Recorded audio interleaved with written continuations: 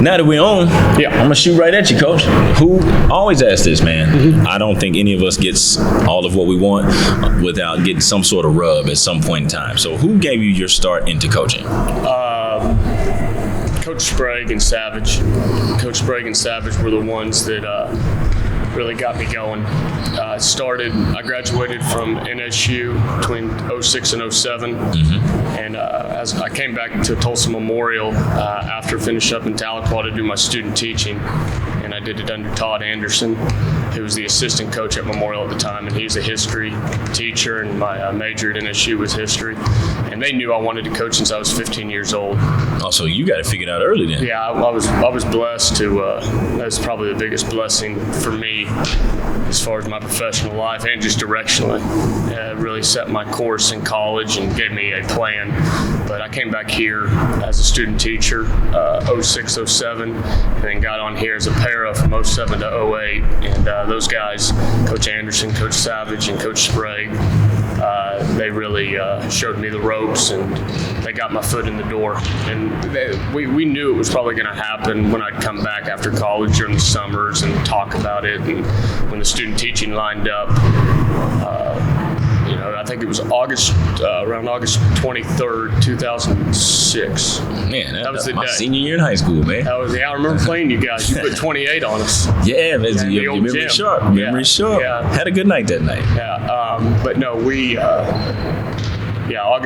August 2006, once I hit the door running, I knew it was everything I wanted it to be and then some. And those three allowed me to really That's a major thing. Work as much as I possibly wanted. Sure. No. And they would tell me when, hey, this doesn't work. Right. So. What was do you remember what your role was, or was it even defined in terms of what your duties were? Coach Anderson had the freshmen in JV that year, and Coach Savage, all his success, and the role was just to assist in any way possible. On the court stuff, scouting, whether it be getting the floor ready or getting the jerseys ready. It was just, and that's one thing that I learned from them and Coach Sprague, getting everything ready for a game day. And just the whole, the nuts and bolts of it, not just the 32 minutes, but really the other 22 hours prior to the show. Right. And I fell in love with that stuff as much as I did the 32 minutes that we got to have the real fun. And I guess that's the part that they call actually running a program, not just coaching basketball. No, and I couldn't stay out of the gym, whether it be getting the guys in the gym and getting shots up, or getting the jerseys done, watching film, statting stuff. It was just I was obsessed, and they allowed me to be obsessed because they didn't turn a negative eye to any of it, whether it be getting the kids in the gym or any of it. And the whole thing was, let's get back in, let's get to the state tournament. We weren't able to in 07. And then I put out some applications for some jobs because I had graduated. There was I had a few places that I could have gone and taught right away, but I had a good relationship with the players we had coming back the next year. Had a great relationship with Coach Savage and Coach Anderson. They gave me the sophomore team the next year, Coach Sprague being the AD, and we were able to hit the ground running again in 07, 08. And that was a really, really special year. We were able to win the 6A state championship that year. When really not a lot of people thought we could. And it was a very, very magical time, and it was really fun to see 2 years of work go into a real special weekend for us. So it was awesome.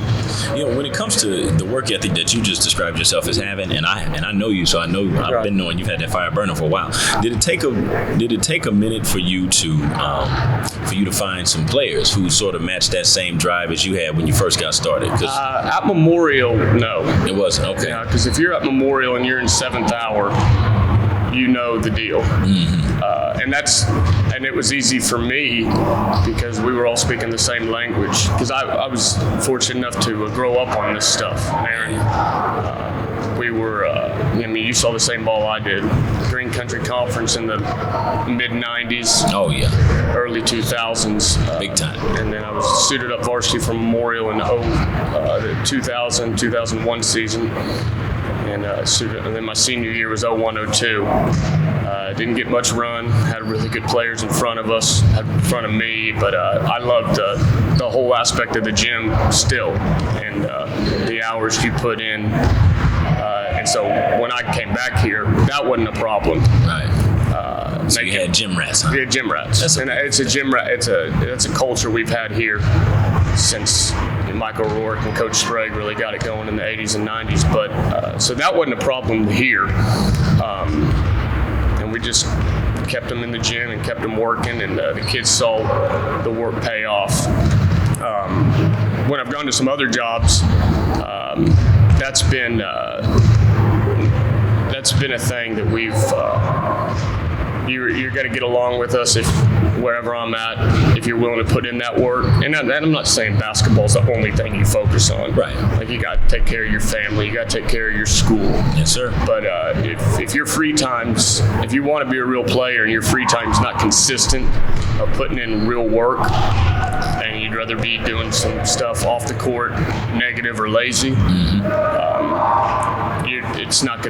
we're not gonna have a compatible relationship as far as coach player. You're not a bad person. Right. We're not going in the same direction. Sure. Man. Now, take me through this, because I can remember watching that 08 team here at Memorial. Right. You guys went and won 6A, and during that era, Memorial would go from 5A to 6A. Well, not then. It started. We went permanent 5A and 10. No, we were straight 6A, but we were playing in Green Country where everybody else was 5A. Right. Booker T would fluctuate through those true. years. That's true. We were always 31 or 32 in 6A size-wise, but we never looked at it as a small school, because all you had to, if you have 8 good players, you ready to go? I don't care if you got 2,000 kids. If you got 2,000 kids at your school or 5,000 kids, and you only got 7 that can play, and we got 1,500 and we got 7 that can play, and it's even. There you go. It's not football. I like the way you broke that down. That's a very simplistic method right there. Yeah. Now, we always had good numbers, and That's true. That's true. And a proven decorated program that helps too. So it sells itself. No doubt. Now, when you left Memorial from your assistant stint, when was that, and where'd you go next? That was a huge thing in my career. We won state in 08, and I knew I wanted to get into teaching, build the retirement, build all that, and I was getting paid hourly as a para. But I knew I didn't want to just take any job. So I wanted to stay in the gym, I wanted to stay winning, and I wanted to be at a program and around a coach that was able to help me learn, and somebody that was willing to want to get to the state tournament every year. And our guy, Coach Scott, he just had finished up his run at Central, just got in the Muskogee job, and him and Coach Sprague, knowing each other as well as they did, and Coach Savage, through all the great games they've gone against each other, they called Coach Scott to congratulate him on his Muskogee job and all his success at Central. And then Coach Scott was like, well, I'm looking for an assistant if you need anybody, if you know of anybody. And Sprague put 2 and 2 together, and Coach Anderson was still here, and he was second in command behind Savage, and the success they had, they weren't upsetting that apple cart. But I knew I wanted to go advance myself, advance the amount of money you make. We don't make a ton, but going from teacher salary from hourly, also the stipend increase going to Muskogee, and me and Coach Scott had a great meeting during the spring, and he said, I'm going to coach the heck out of the varsity. I need somebody to help me run the program. And he said, put as many hours as you want in, go down there, be my right-hand man. And I knew I was going to learn from him, because I'm so fortunate that from 1992 to 2009, only 2 guys, 3 coaches overall, but 2 coaches in Tulsa won a state championship that didn't coach at Booker T. It was Terry Scott and Eric Savage, and Rudy Garcia is the other one.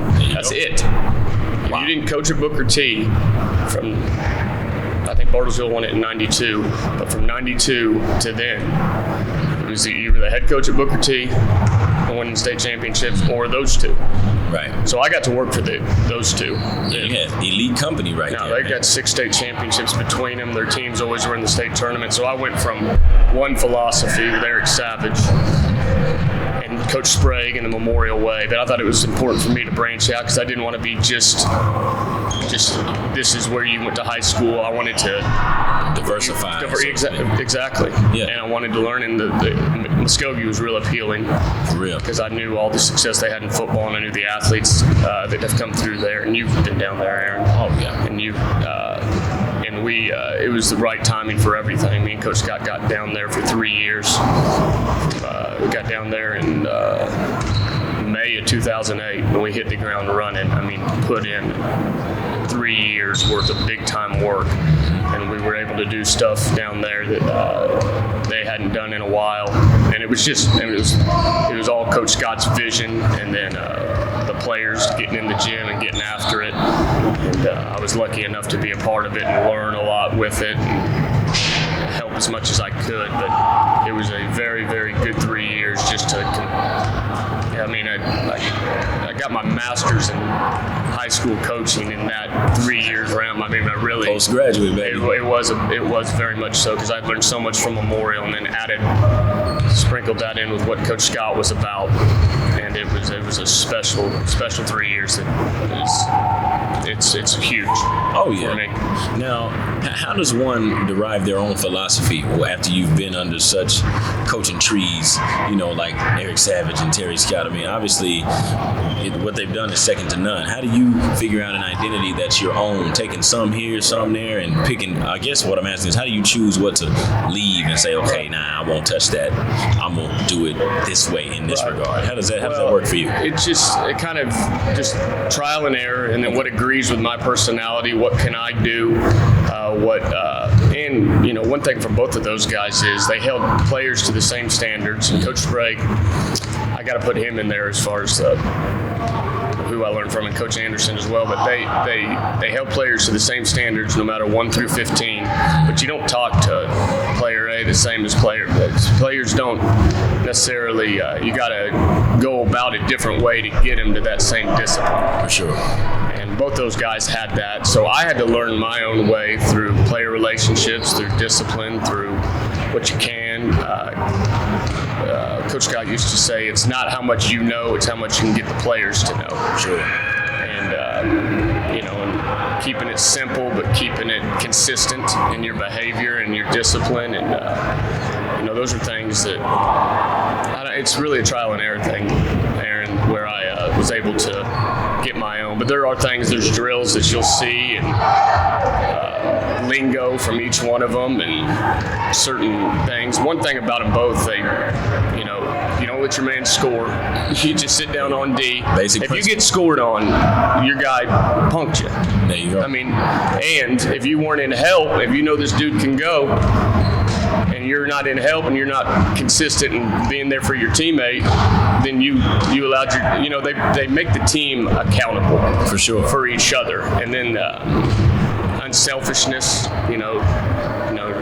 it's corny as can be, but they're not. I mean, they both believe no I in team, but they believe this guy needs to get the majority. I mean, right. There's a reason why they won. Sure. And there was different ways they went about it, but with toughness and love, teams were tough, and teams loved each other, and those two things were consistent through every guy that I've ever worked for. For sure. And any guy that I respect as a coach. Oh yeah, it's got to be there. The toughness and love.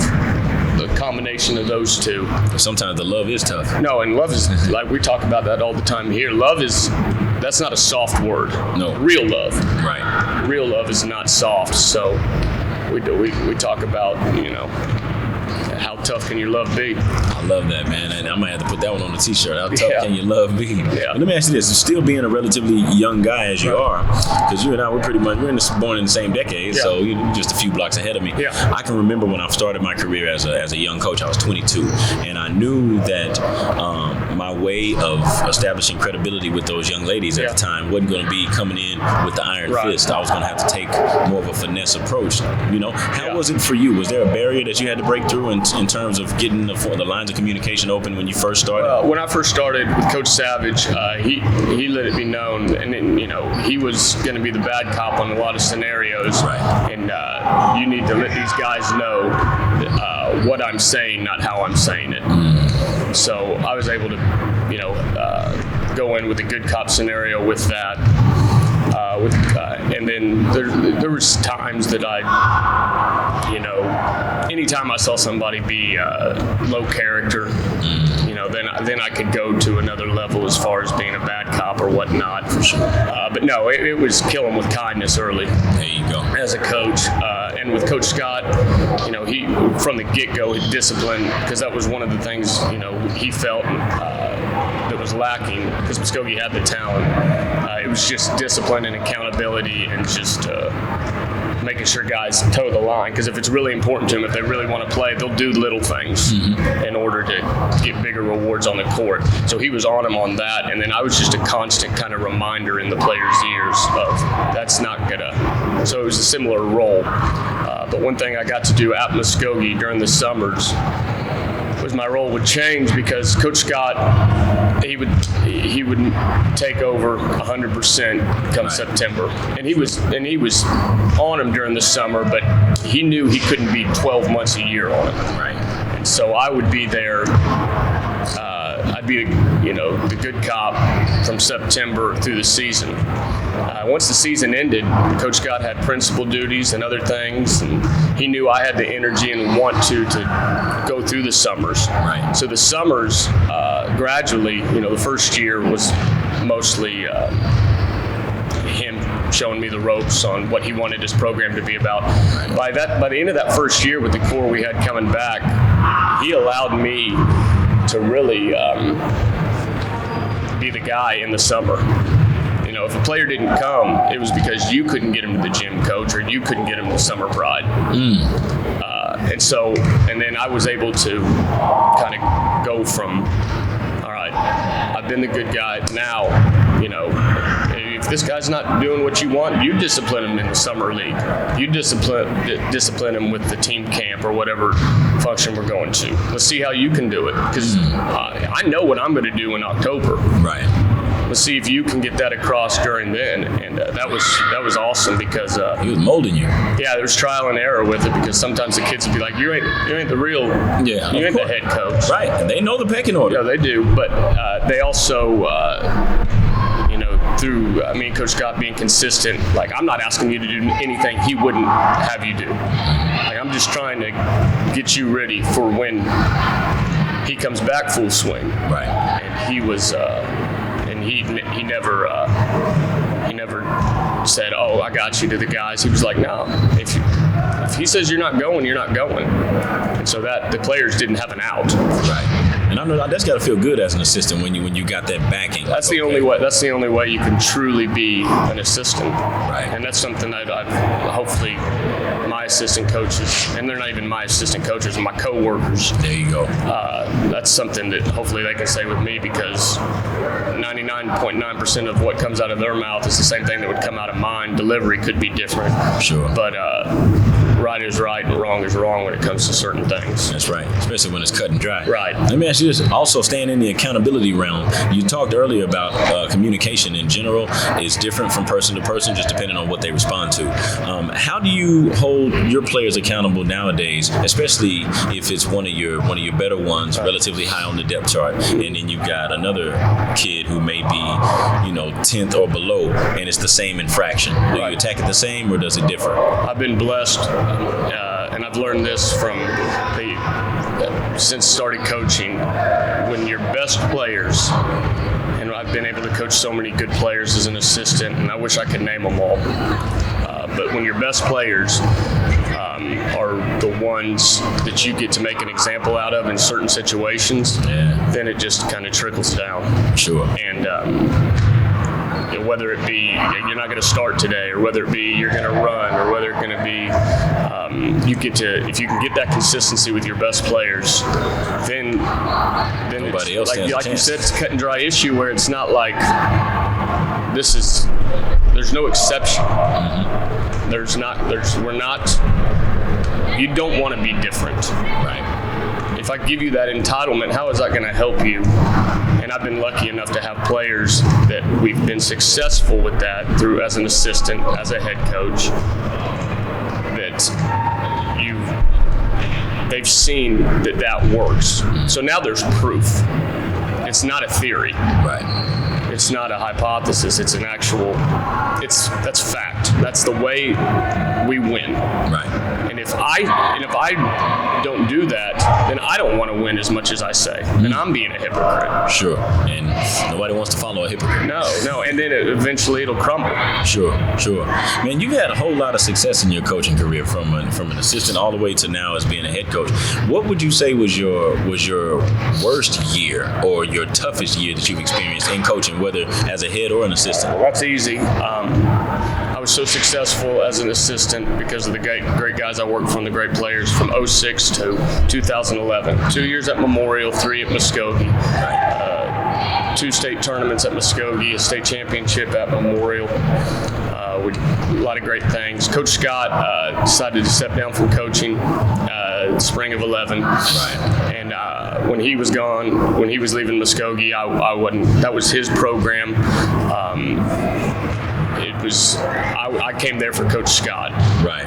And then the class of 11 players that I was able to coach, those were my guys for 3 years. So it was the perfect timing for me to go find a job, find my own job. I put out for a few assistant jobs. I put out for a lot of head jobs between the 9 and 10, or 10 and 11 year, and then 11 to 12 I put out jobs and had a few feelers, had a few interviews that were great. Got turned down. Sure. Some really good jobs. I got turned down for jobs I thought that I was better than the candidate, and it just wasn't meant to be. And then I got a break. I got the job at Morris High School, a 3A program that's had some success in the early 2000s, had some good teams. They'd gone through kind of a coaching carousel there, and I'm 27 years old, just got done with having as much fun as I could as an assistant for Coach Scott. Morris was 30 to 40 minutes from Muskogee. Oh, yeah, okay. Get down there, they offered me the job, keys to the gym. I hit the ground running and lose my first 12 games as a head coach there. We went 5-20 that first year. And how humbling was that, man? Oh, those first 12 games, my spirit was never broken, but it was I was doing so much of what I had learned.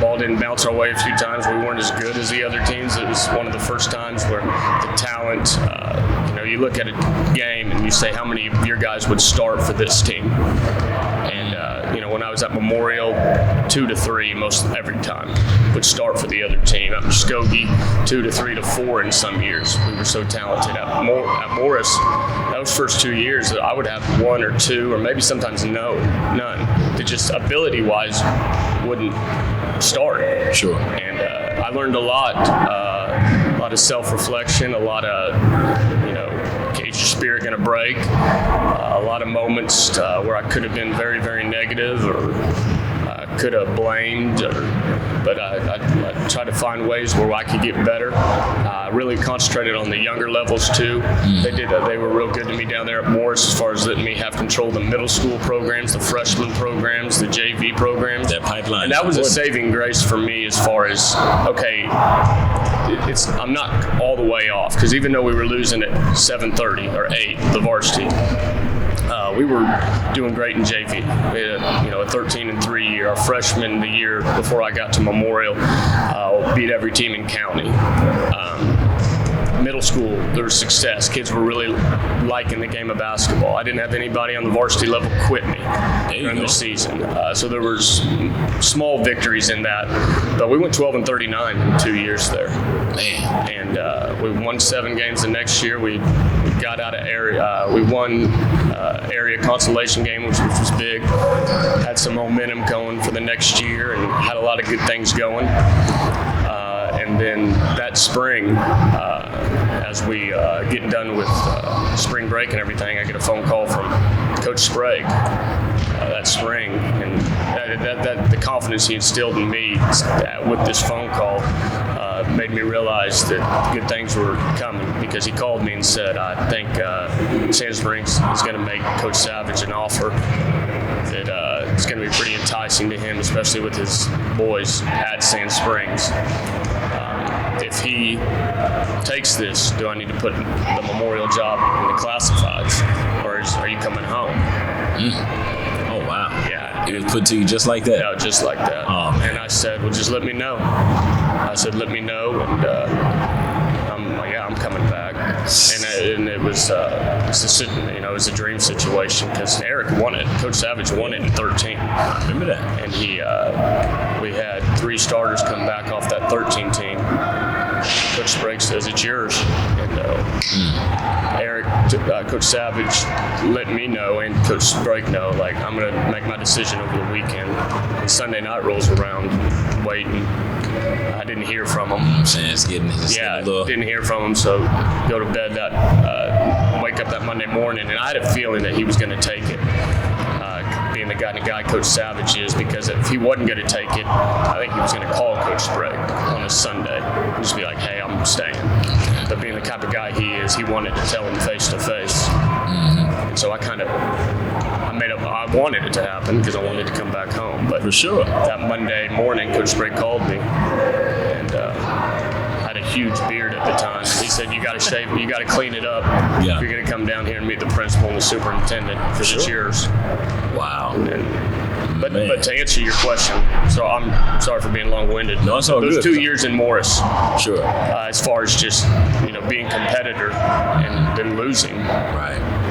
Those were tough, but I value those years just as much as I value any 2 years. For sure. Man, I'm glad you shared that story with me, because, of course, you always hear through the grapevine how things happen, but to hear exactly how it went down from the horse's mouth, man, that's awesome right there. No, it was a good moment, and then it was cool because I came in on the next week, allowed Coach Savage to, break it to the players and everything, and then, it might have been 24 to 36 hours later, the players, hear rumors, who's getting this, who's getting that, and I got in the locker room that right at the end of April, introduced myself to them, and we were able to just keep it going. And that there wasn't without struggles that first year, because Coach Savage had led them to success they'd never had before. Sure. And there was a distrust just because it was new. But I was able to have great assistance. Coach West is now the head coach at East Central. Sure. Coach Draper. Coach Draper was my second phone call after getting it.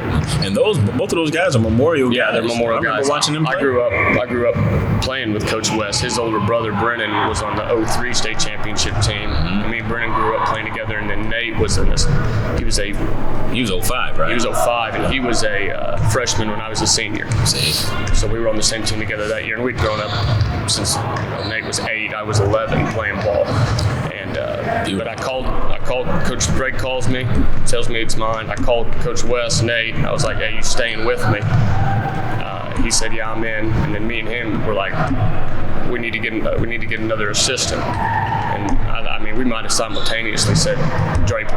There you go. And boom, call up Dre and let him know. I said, come to the gym. I'm going to meet the team. You got to come with me. And us 3 hit it running, and Coach Sprague was able to, that was his last year as an AD when we got the arena done. He was able to oversee the arena getting done. He was able to oversee me through all the trials and tribulations of a first year at Memorial. He was able to make sure that we were in the right position. And then he bowed out after that year. We were able to win it that year, which was really cool. First year. Yeah. But Coach Sprague being there that year, I don't know, we wouldn't have had the same, just because he was just such a constant anchor. And then us 3 were able to figure it out as we go. And we just kept the alumni hooked up with it. And there was no real break take in philosophy. Right. It was just, like we've talked about, it was just maybe a different tone, maybe a different set here and there. But the foundation's the same. The foundation stayed. That's beautiful, And man. Draper and Coach West, they were able to trust me, and I was able to trust them, and then they had such great relationships with the players. And it was, but you take anything away from there, you take Coach West away, or you take Draper away, you take our booster club away that we kept intact, or you take Sprague away, any break in that chain during that time, the story's not the same. Sure.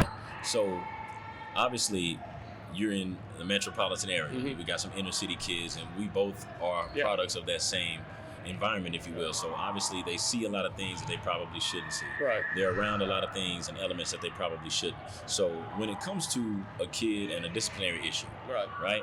How do you know, or how do your assistants know when this is an issue that, okay, the big dog, Coach Allison, has to take this one? I can't intervene and be the liaison on this one. This is almost administrative. How do you know when to say, all right, fellas, back up, I got this one? Well, communicate. We constantly communicate with each other. This is so important to us doing it right. Right. And if we were to hide something or try to put something underneath the rug, we trust that wouldn't work. So constant communication, constant accountability, transparency, and then a huge thing is relationships with the players' parents. Sure. And that, you can't discipline a ninth grader the same you can as a 12th grader. Great point. Because you get them, if you're lucky enough that they come through Memorial Junior High and you know them, you can have a relationship with them then. But most of the time, it's when they've enrolled and you get them during the summer or you get them day one at Memorial. And you can't expect them to be honors Memorial basketball players as ninth graders. Like, this is what the 12th grader knows. The ninth grader doesn't know this yet. Their parents don't know the expectations yet. But through parent meetings, through attrition through the years, you'll start a freshman class with 20 kids in freshman basketball. Sure. By the time it's over, it's 5 to 6 at the most that are graduating, and senior night together. That's how it But always through goes. that time of, all right, the freshman coach it was this way. Their sophomore year, and it's consistent. Oh, I remember when those 12th graders, when I was in ninth grade, I remember coaches busting those 12th graders for acting like that. I remember when those 10th graders, when I was in 11th grade, those 10th graders got in trouble for that. And just constant reminders of those situations, them as a team reminding each other of, moments that people have slipped, or positive moments throughout, social media, on the court, off the court. Mine's always watching. Yeah, and it's just, trust with the parents, trust with the coaches, trust with the teachers, because the teachers also see us. They've seen, my first year here, they maybe were a little apprehensive or something whenever I was looking after a kid, but they also, these teachers and me, have been able to work together, and administrators to be like, okay, I remember what player A was like as a ninth grader, and then as a 12th grader, we could almost trust him into manhood, and then this new kid kind of reminds me of what that kid was like. So now, let's do it together again. Sure. Because we were able to see the fruits of that labor, and it's just constant. You mentioned the key word, parents. Yeah. And at this level, you deal with them for better or for worse sometimes. And then other times, you may not ever even get to see them, whether that's good or that's bad. So what type of parent involvement would you say you have in your program currently? You know what I mean? My seniors, by the time a kid's a senior, we are close to family as far as a community. It doesn't start off that way. Sure. Not all the time. Sometimes parents come in, ninth graders, and they come in with open arms, and we maintain it. Okay. But through consistency, through the great memories, through, winning matters. Sure. When it comes to your memories, because the joy that comes with that, and the trust, and seeing those practices did pay off. him holding my son accountable then, or working together for certain grades, and constantly working to help them get out of Tulsa from the age of 18 to 22. Sure. To me, that's huge. Those are 4 years right then. Got to see something different. You got to see something different, and you were a product of that. Yeah. You were a product of 18 to 22. You were staying structured. Sure. And it was very helpful. And it happened. Coach Scott and your dad's relationship helped foster that for you. And so we traded. Yeah, you've seen it. Yeah. I mean, what as good a player-parent relationship could have is what Coach Scott and your dad had. Sure. And they still got it. And they still got it. And through them working together for you, you were able to. And that's what I'm trying to do with every single one of them. Sure. And by the time they're seniors, like we have that now. I have that tight of relationships through text messages, communication. We're working together for this child. And hopefully he's not a child by the time he's done. Hopefully, he's ready to be a young man. And basketball is a small part of it, but it's the vehicle. It's the vehicle. The ingredients to that are reminders to. Well, I'll tell you, man. You put it so poignant, but I know enough to know that as good as we just made it sound, there's always some dark areas. So even with all the success you've had. How often do you have to remind a parent who may be, distraught or disgruntled about something? How often do you have to remind them that a little something about what you're doing here? Well, we have meetings every year, and if you got to constantly remind them, they probably won't. If they're constantly questioning. Yeah. And that's where you hopefully the player has your back too. Sure. Like we're not going against mom and dad ever. Right. But hey, coaches, you know what I mean? Just like I got to have the parents back when, hey, you're in trouble. You did this. Like we got to work together. But it doesn't always happen perfect. I mean, we have good players leave. Yeah. We've had good players leave. I've had 3 or 4 All-Staters probably since I've been here. It just didn't. And they were better off to leave here. Right. And we were better off for them to leave. And they're, you know what I mean? It's just. Less turned out to be more. Yeah. And for them, they were able to not say what if. Right. If they would have stayed, they might have said, what if I would have left? And they don't have to say that anymore. Gotcha. And we've never had ill will or evil wishes on anybody, but it's not every place is where you're supposed to be. And, sure. and that's trying to, and if a parent ever wants to discuss that, I want them to be able to voice that because this is their child at the end of the day. Right. This is their child. They have to make the right decisions for them. So, we've been fortunate enough to win too. And that always helps. No, it's harder to second guess. And I'm not, through the tough years in Morris and through some of the tough, we had teams that could have won state at Muskogee that didn't get, for some reason or another, it just didn't happen. And the teams that have been able to win it here are not necessarily better. Same ingredients have been tried to put in, but I'm not foolish enough to know that it wasn't one pass, 1 second, or one free throw going the other way. Like right. I know it's that close. My whole goal is to let's put ourselves in a position to be close. That's a fact. And if we can put ourselves in a position to be close, then let's just go. Let's go for it. See if it bounces our way. But you can't force it, and you can't wish it. You just got to work, and we've been fortunate enough to be on the right side of that in these 6 years here at Memorial. I think this is my 7th. Yeah, this is my 7th.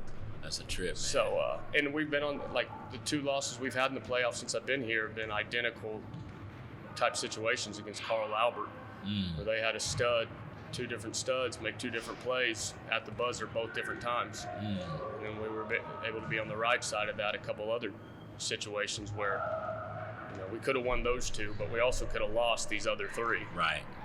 And that's what people don't really understand whenever you hear folks say something like, hey, man, such and such team, you guys should have won it that year. You should have won it twice. And I'm like, do you know how many teams are vying for the same prize out here? And how many guys are putting hours in and working? Goodness.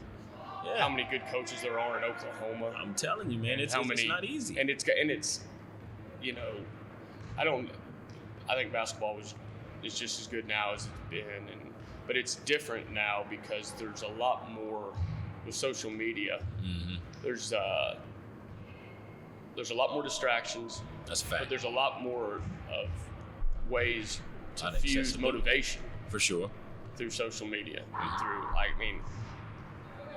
If social media was around when I was playing, and we had studs that worked hard, but instead of 2 hours in the gym, it might have been 3 hours or 4 hours if all of what's going on now. The state's gotten smaller. You used to not play West teams as much. That's true. You used to not cross in AAU as much.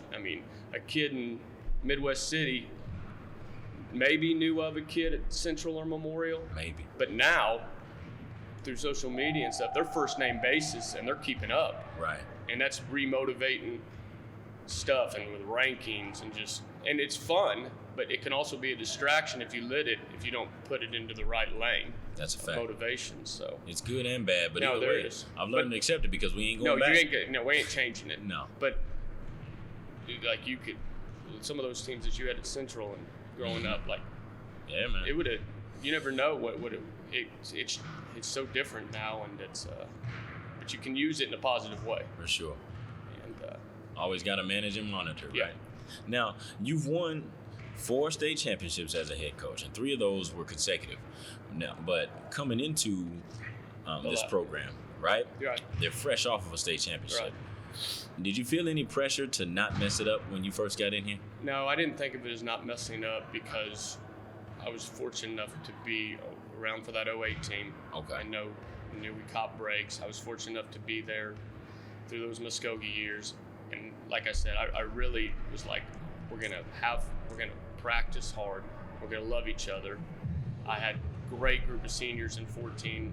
Mike Wandine had a football scholarship sewn up, and so did Jalen Smith, two sports studs. There you go. And then I had Devontae Kemp, Damari Edwards, and RJ Diggs that were college good enough. And I was like, I'm going to get them to college. That's right. I'm going to get them to college. I'm going to get those other 2 are going to play college football. Sure. I'm going to coach we're going to get the freshmen going good. Yeah. We're going to have a great JV season. So you had sub goals. Right. And so we're going to do all that, and then hopefully we can play our best come March. Hopefully all the trust factors can negate, because our schedule was so tough. We lost 2 in a row 3 times that year. And we were 7-4 at one time, but we had enough big wins. Those guys beat Booker T for the first time in their 4 years at Memorial in an overtime game that was huge. We won a big game against Victory, and they were number 2 in 4A at the BOK. We had enough positive moments, and then those seniors wanted to do something different, and I really said, guys, I'm not going to get in your way. Right. You got to trust me when I say listen. But you guys have won it. Yeah. It's the playoffs. It ain't the coach-offs. Yeah. I like that. Go make plays. Playoffs. But how did you make plays last year? Did you make them selfishly or unselfishly? Oh, unselfishly. Look, it can't change. Right. So I kind of put the ball in their court, and that's another thing. I had Sprague as the AD. Right. So I wasn't looking over my shoulder. And there was probably some people saying, like, oh, if Savage was here, and the record probably would have been better if Coach Savage was here. Yeah. But I had enough backing from Coach West and Coach Dre. There was no tug by them. I had coached with the administration. Principal Schmidt is the best principal that I had. And then Dr. Grooms, who I got now, I've had 2 best principals ever here at Memorial. So I had no pull from them. You were heavily insulated. Yeah. The players had character. There was no off the court stuff, and we just kept working, getting in the gym, getting shots up. And we were able to peak at the right time, because we did play our best that year at the end. That's a beautiful game. And it was, and I didn't feel like losing it would have been a failure. I thought that if our freshman team looks like junk and our JV team's a mess, but that's the future. Then I've failed. Right. And I have distrust, or somebody does something ridiculous on social media. Right. Or then you've failed. Then there's a hole in the boat. Sure. But now getting those seniors taken care of for college, and let's work hard. Man. You did it, man. Yeah, no, I got to salute you on that. But you touched on it a while ago when you talked about criticism, people saying this, that, and the other. Obviously, I'm a junkie for this game, just like you are. So I'm always around people in different circles, and I would hear a lot of the disrespect that people would speak on you and your abilities as a coach. Right. And what it made me think of is, so many people assume that a very talented team is easy to deal with, right? And a team that is super, I guess, underdeveloped, right? No talent whatsoever, or very little of it, is the hardest battle to fight. Right. What are the differences in those battles? Because I know neither one of them is easy. Right. So in your experiences, how would you break that down? Not having talent, it's and these kids don't lie to themselves a lot of the times when they get out there on the court. Getting them to believe they can win is the hardest part when they look across and they see these guys are better than us, coach. Whether they say it or not, they feel right. it. Right. Oh yeah. And then the way the game moves, and then they just so getting them to believe, not just to win the game, but just to win a play. Sometimes getting that across to them is the most frustrating when you don't have talent. And then when you do have the talent, getting them to realize that if that guy beats you on this play, and then he keeps beating you on every play, then you're going to end up losing. I don't care how much better you are than him. If he beats you each play, or if he's beating you, on Thursday night before the game, getting sleep, or if he beats you, off the court, or you know what I mean, then eventually he's going to catch up to you. Yeah. And recognizing that you're being hunted. And then you had it. You won it in 06, and then how much was it different in 07? Ooh, it was very different. And what was really, I'm glad you touched on that. The hunted versus the hunters are a lot different. And I think the good part about that experience, there's a weight. It's a weight. It's right. The good part and the worst part, all right, about the following year, which was 07, was the fact that we as players didn't change anything. Our mentality stayed the same, as if we were still sneaking up on people, and it wasn't happening. Yeah. So. And I've that 14 year, and then the years that we've won it since, and going after it. We talk about it's a new chapter, but the same story. So the things that work, we're going to continue to do. Don't have that weight of expectation push you down. Right. Have it get to your back and have it push you forward. Have it be motivation. Remember that feeling. Remember that unselfish play. Remember getting in the gym 3 hours before. Remember how everybody was accountable that day. How nobody, remember that focus. All right. Don't think about the success. Think about what got the success. True. And then turn that into forward momentum instead of something hindering you. My assistants, the staff, we've been able to keep preaching that. And then when we also talk about filling the gaps, because it's one thing to have all 5 come back off a state championship team. We've never had that. Right. So are you going to be able to do what this senior did? Are you going to be able to do what that senior did, or that point guard? Are you be able to make those plays? Like every year at the end of the season, after spring break, I have exactly what the senior class left, statistically only. This guy had 400 rebounds, or this guy had, somebody else got to go get those. This guy made 155 threes of this duo. Somebody else has got to hit those threes now. Right. That's there. Who's going to go get those? And so then they kind of look at it as an opportunity, not as a, it's an opportunity, it's a blessing, it's a chance to do something, it's not a fail situation. Sure. The fail situation's like you got in trouble, you got suspended, you didn't make the grades, and now you can't get one of those things. And then we also have another column on whatever a group left, being intangibles and being leadership, being like who's going to be the guy that checks this? Who's going to be the guy that gets in the extra work? Who's going to be the guy that I don't even have to worry about eligibility-wise? And so you got to fill that gap, and then the statistical gaps, and then if we fill that gap and we get a little luck with there, then we're there. And we're talking about something special. Yeah. The intangibles and we have good the players. I can't. We're good enough every year to beat everybody we play. Sure. We have enough talent to beat everybody we play. For sure. We got guys that can shoot, pass, dribble. We got guys that are tough, and then we got guys that are willing to sacrifice just a little bit and stay in this lane. So this guy gets his, and then individual success comes after team. Everybody's happy. Yeah. What do you go into the dressing room and tell those guys after you lose in the finals? After we lost in 15, we lost on the buzzer beater. That was a really different year because we had lost 6 of our top 7 the year before. Mm-hmm.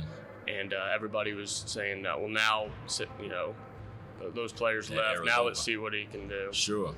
Let's see what the program's about now. Mm-hmm. And that year was rewarding because nobody thought we would, we ended up winning tournament champions that year, shocking a lot of people. We ended up beating Owasso, which had a Shake Milton, a really good team. I remember that year. They were tough. They were awesome. And we ended up getting the 1 seed still in the East, and then ended up getting to the state semifinals and was a bucket away. And not only that, our freshmen went undefeated. Our JV might have lost 2 or 3 that year. So you guys lost in the semis that year, not the finals? Yeah, right. Okay, well, let me get it right. Yeah, but no, that was 15, and we Okay. lose in a buzzer beater. And then we just tell the guys, you just thank the seniors for everything because they're hurting then. But you also remind the underclassmen that we know we are good enough to get here. We have to replace certain people, but let's remotivate ourselves and let's have it be fuel to our fire. And seniors, thank you for everything. We're going to take care of business, and we're going to, just be proactive in thinking of what can we do next as far as college, graduating. You know what I mean? Because you can't dwell too much. No, you can't dwell too much because it's a blessing to be in that situation. A lot of teams. And then the next year we lose almost identically to the same team, just in the finals. Wow. I mean, it was scary how it was a year to the day, and we lose on another tip-in.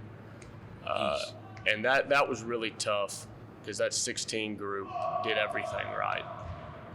They were all in. They were all in, and the 17 group was all in with them. It was a complete unit, and we played our best 2 games of the year in the in quarters and semis, and we played solid in the finals. Good enough to be there in the end. We were good enough to be there in the end, but it was so similar. It was surreal. Man. And that, there wasn't much to say except for we're going to miss you and we thank you.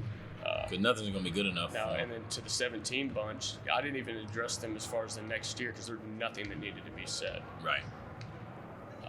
You knew they were coming back. Those dogs were going to come back snorting and biting and growling. Yeah, and we had a great group, and we had a really good freshman group that was freshmen that didn't get any minutes. And they were waiting their turn to help us as sophomores. And then we were able to come back the next year, and that 2017 team had a lot of expectation because that was one of the few years where if you don't win it, they're not going to be happy. Right. Getting to state wasn't good enough that year because every year that's the goal. Right. Get to the state tournament, see what happens. Sure. 17 was a year where that was not the goal. Right. It was we're going to go win the whole thing. Winning it that first year as a head coach Yeah. here at Memorial, and then missing it for the next 2 years, right? Or missing the title anyway. Was there ever a thought that, damn, are we going to get back to it? I'm talking about with you, not right. in the No, program. let's get back to that. Let's get back to being a play away. Okay. I don't even care about winning it. Gotcha. Let's just get back to a play, and we're eventually going to kick the door down. There you go. And we played a lot night team that year in the 17 in the quarterfinals. It was unbelievable. I remember that game. And they had us down 14 going into the fourth at the quarters. And you want to talk about a time where you could hang your head. And I think they shot 15 of 21 from three-point range that night. Something crazy. And Hard to beat a team when they're cooking like that, right? we just grinded that game, and we got back to overtime, and then we ended up kicking the door down then, and then winning 2 more games. And that 17 group, they put in a lot of work, and And the freshman group that year was the freshman group in 16 were my seniors last year. Right. So everybody, and I had a couple of them suiting up varsity, every single one of them remembered that loss. And it really affected them on that three-peat. But they didn't want to feel that. And that's not saying that that's the reason why we won it. Right. But whenever they got, like, I don't want to get in the gym, or whenever they felt like I don't want to get make the grades or be accountable. Right. They were like, okay, this is what's at stake. There was something there. Right. And then there was a part of once we won one, the next year nobody thought we were going to win it the next year because we graduated 4 starters. Sure. And we knew we were going to be good though because we had Shamar was our point guard back. Corey Guest was ready to start. We had Craig Webb was a great senior, and Caleb and Keelan Boone had never started, and they got to start their junior year. And so that 18 year, we were able to. It was different because there was an expectation. There was a lot of Booker T's back in 5A. Right. Carl Albert still had Mason and Trey. There was a lot of Memorials. Nero and Kobe Rose, Isaiah Thomas, Caleb Childs graduated. So those guys were able to play the Hunters with championship level talent, which was real rare. And and then they were able to be together enough. And got to give those 18 guys and that 18 group really, like 16 set a precedent as far as like putting in the work. Sure. And they fell short. 17 put a precedent on being hungry, like not being breakable. Sure. We are not going to break. Then 18, those seniors did an unbelievable job of not acting like they won it. Wow. They acted like they did not win it the year before. I never saw any of those seniors wear their ring or anything. They were completely obsessed with, I'm going to do it as a senior. There's something special about that on your way out of the door. It was different. It was different. And I didn't have to remind them very many times. Sure. Well, I know you. I don't know if you've ever thought about this, but I just thought about it sitting here. Within the last 6 or 7 seasons, in any class in the state of Oklahoma, as far as basketball goes, I think it's fair to say that your program has been the most consistently dominant in terms of winning championships every year, man. Well, not every year, but at least 3 out of every 4, right? Yeah, no, we've been in the. Coach Savage won it in 13, the decade really, because 2010 they made it to the championship game. Mm-hmm. 11, they were semis. 12, they didn't make state. 13 won it. 14 won it. 15 finished third. 16 finished second. 17, 18, 19 won it. Wow. But that's the kids. That's the program. That's and a lot of good fortune. Right. And we've been able to challenge ourselves through the regular season. We played some great 6A teams throughout that run. Beat them, lost to them. Played some great 4A, 3A teams, tournament champions. Non-conference schedules, playing great Arkansas teams. And good ball in the conference. Some great Edison teams, Central teams, Booker T when they were in our conference, McLean, and in 15 when we lost in the semis. That year we lost back-to-back games to McLean and Central. And we were, I suppose that's easy to do. Well, we won tournament and champions, so we were thinking we were pretty cool. Yeah. And the kids were thinking they're pretty cool. And then we were 9-1, and then we lose to Central, and then we lose to McLean. And we kind of had the feeling like we were the underdog. We were the favorites, and they were the underdogs. But then as the year progressed, the 4A state championship game that year is McLean versus Central. Yep, I remember that. So that wasn't those weren't that. bad lot, but those are good teams you're going against. So that our conference has gotten us, ready for the playoffs. For sure. Green country is green country, as it's always been, right? A lot of good pride and a lot of good coaches. So that's been able to help us get better throughout the seasons.